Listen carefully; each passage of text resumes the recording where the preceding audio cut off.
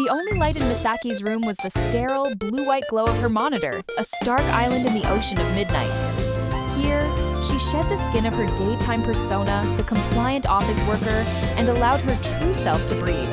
The digital pen in her hand felt like an extension of her soul.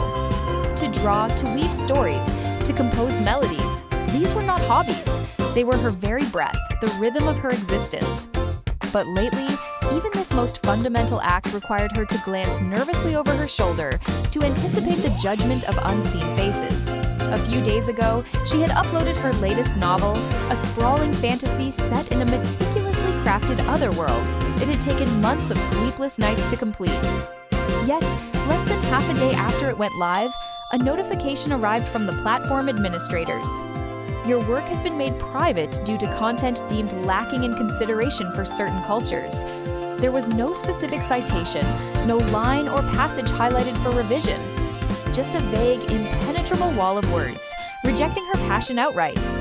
Again, she thought, a sigh laced with self-mockery escaping her lips. Her mouth was dry. The exchange mirrored a recent meeting with her publisher. Sensei, her editor, had begun, his voice a practiced symphony of apology and firmness. Regarding the antagonist's characterization, we've received feedback suggesting it might evoke certain stereotypes. Could we perhaps pivot to a design that's more mindful of diversity? Diversity, LGBTQ? She had no quarrel with the concepts themselves, not in their pure intended form. But when had these banners of progress become the cold, unthinking steel of a guillotine, poised over the neck of expression? The simple truth was that no piece of art could ever please everyone. A world where only inoffensive, harmless, utterly bland stories were permitted was not a world of progress. It was a sterile chamber, a cultural vacuum where nothing of substance could survive. Twisting the context to promote only the expressions that make them feel comfortable, isn't that a form of cultural vandalism? Her fingers flew across the keyboard, her anger a silent, percussive storm.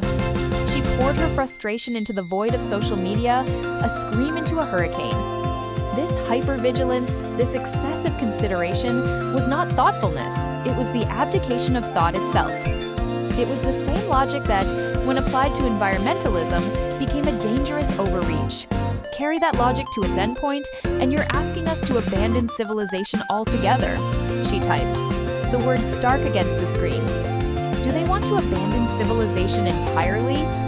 To return to a primitive state would certainly solve the planet's pollution problems, but it would also mean discarding the entirety of human history, art, and the complex, pure messy beauty we had built over millennia. Why were they so eager to throw it all away? Now, this sanitizing impulse was creeping into the realm of fiction, using the protection of children as its shield. A battle scene in a fantasy novel was deemed too violent. A character in a romance game was labeled a product of sexual exploitation.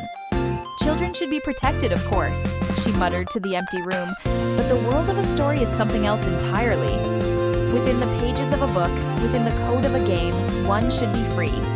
Free to embark on dangerous adventures, to feel the pang of forbidden love, to explore the darkest corners of the human condition without real-world consequence. To rob children of these vicarious experiences out of an overblown fear of risk was its own form of abuse, wasn't it? Shielding them from every potential danger, including the complexities of online social interaction, might not prepare them for the world, but leave them vulnerable and naive when they finally entered it as adults. Perhaps a few scrapes and bruises, a few encounters with the friction of society were necessary to learn how to navigate it. She opened the file for her suspended novel.